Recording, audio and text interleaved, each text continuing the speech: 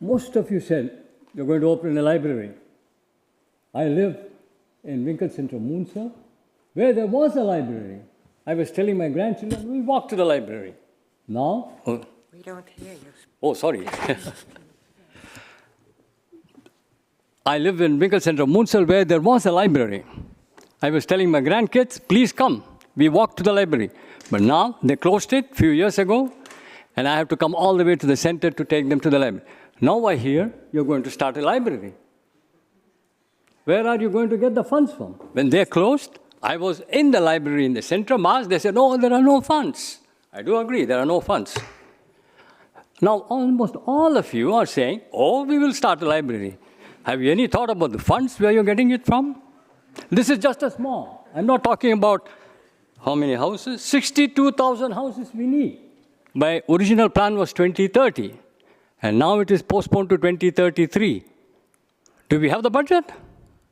Are the center going to give you? You have any? Okay, you're talking to Brainport. There are a lot of high-tech industries there. Are they going to finance?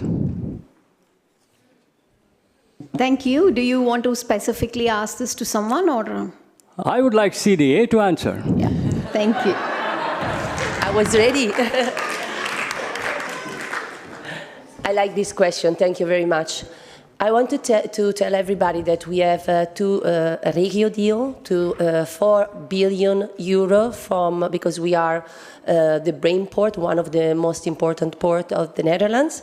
We got this money to invest in talent, to invest in housing, and to invest in mobility, accessibility of the city. And of course, with this money, in our program, we said we want a part of this money to create a community center. Now they don't call it anymore a library, bibliotheek, but with this strange word, bibliotope, I'm sorry. But it means a place where people go there to read, to meet, to follow this Taal Café, to learn the language, to connect with other people, to participate. And it's, I think it's a great things we have to do. And we decided this year to have 7 bibliotopes all over the places. Many years ago, we decided we are going to have just one, and now we are expanding all over the places, and I have to shut up. Thank you. Thank you. Chris wanted to go next. Yeah. Thank you. I mean, to start off, I think you should always also admit when you made mistakes, and I think closing down libraries in the neighborhoods was a big mistake. And the second thing is, all the budget choices we make are political choices. So yes, we do have money to invest in culture, we have money to invest in libraries, which also a big part of culture, of course. And as D66 we say, it's really important that we start to invest more money in culture. In Eindhoven, we invest approximately 40 euros per person less than all the other big cities. So that means 10 million euro a year less structurally than all the other big cities. That's something that really needs to change. That's a political choice, and that's a political choice we are going to make. Yes, thank you. I love your question because you know the plans that the library is coming to Winkelcentrum Woensel, the bibliotope, but the effect of that is that the other bibliotope will disappear in Vaarbroek. So, and that is why the two parties say, okay, we have money, but my question is also to the parties, well, we need that library, the bibliotope, also to stay in Vaarbroek. So I want us to participate and make sure we have enough money, and we have a bibliotope in Winkelcentrum Woensel and also one in Vaarbroek, because it is very important for the people in Vaarbroek, but also in Winkelcentrum Woensel. Yeah, what is very important that when we look at our region, like Brainport area, and how important we are as a second economical importance for Holland, that means with the 2.5 million we ask from The Hague, it's not enough. So we, as a community, with you as international or Eindhovenaren, and we have to apply to the government, to the Dutch government, to ask more money to be able to keep the people, the internationals here, that we have a nice, attractive Eindhoven, nice, attractive Brainport, that the whole region can invest in those things you ask for example, as a bibliotope or where we can meet. So I think we have to make a strong, ask a strong question to The Hague. The Eindhoven region is very important for the Netherlands, and The Hague has to invest in it. May I ask another question? I think there are other people, so let's Just go with one it. question. Okay. No, there are. I know a lot of things, but oh, sorry. Now? Yes, okay. Mobility.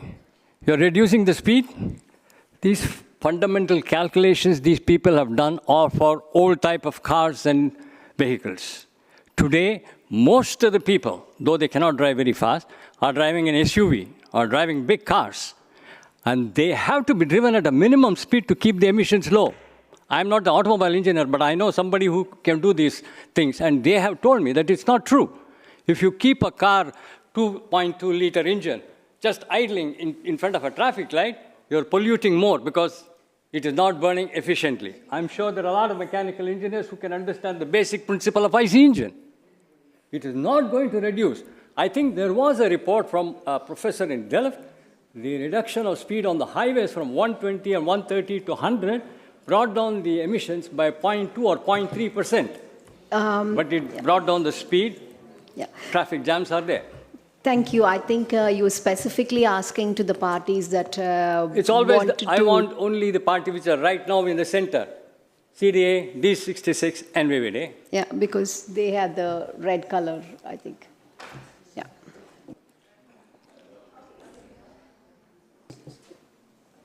Yeah, so D66, CDA, and...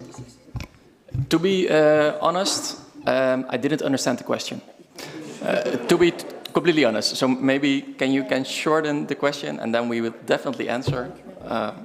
On the ring road, you want me to say, ask you the question in Dutch? In the microphone, please. Oh, on the ring road, you want to reduce the speed from 70 to 50 or 30, 50. But it's not going to reduce your emissions because the calculations and these kind of programs done, modules done were all with a different principle. Today, cars are more efficient. And most of the cars people today drive are not, small cars with Fiat and things like that. No, they're all SUVs and big cars. And they have to run at a minimum speed to keep the emissions low. If you reduce it to 50, all these SUVs are producing more CO2, and they're not fully burning. So there is no point in doing that. And in fact, I can't tell you exactly which year it was. A professor in Delft did prove that it was going to reduce only by 0.2 or 0.3%. So, I think you know more about the subject than me, to be honest. But to clarify, 60,000 kilometers. Yeah, but to clarify why we think it's important, when you drive 50 kilometers an hour at the ring, for instance, you have less traffic jams or traffic stops. You don't have to stop for all the lights. The cars run through much better. So I guess that's still better than a car driving 70 kilometers an hour and have to stop for a traffic light and on and on. So that's our point of view. I think Daniela wanted to respond. After you respond, then we'll move to the next question. Yes, what you say actually, because there are so many investigations, but I had a green for the 70 kilometers because what I read from the investigation is that if you stop more and more and more, there's more pollution. So I agree with you, so I can be very shortly in that. Please make sure that it is done in the parliament and the highways, they increase it to 120.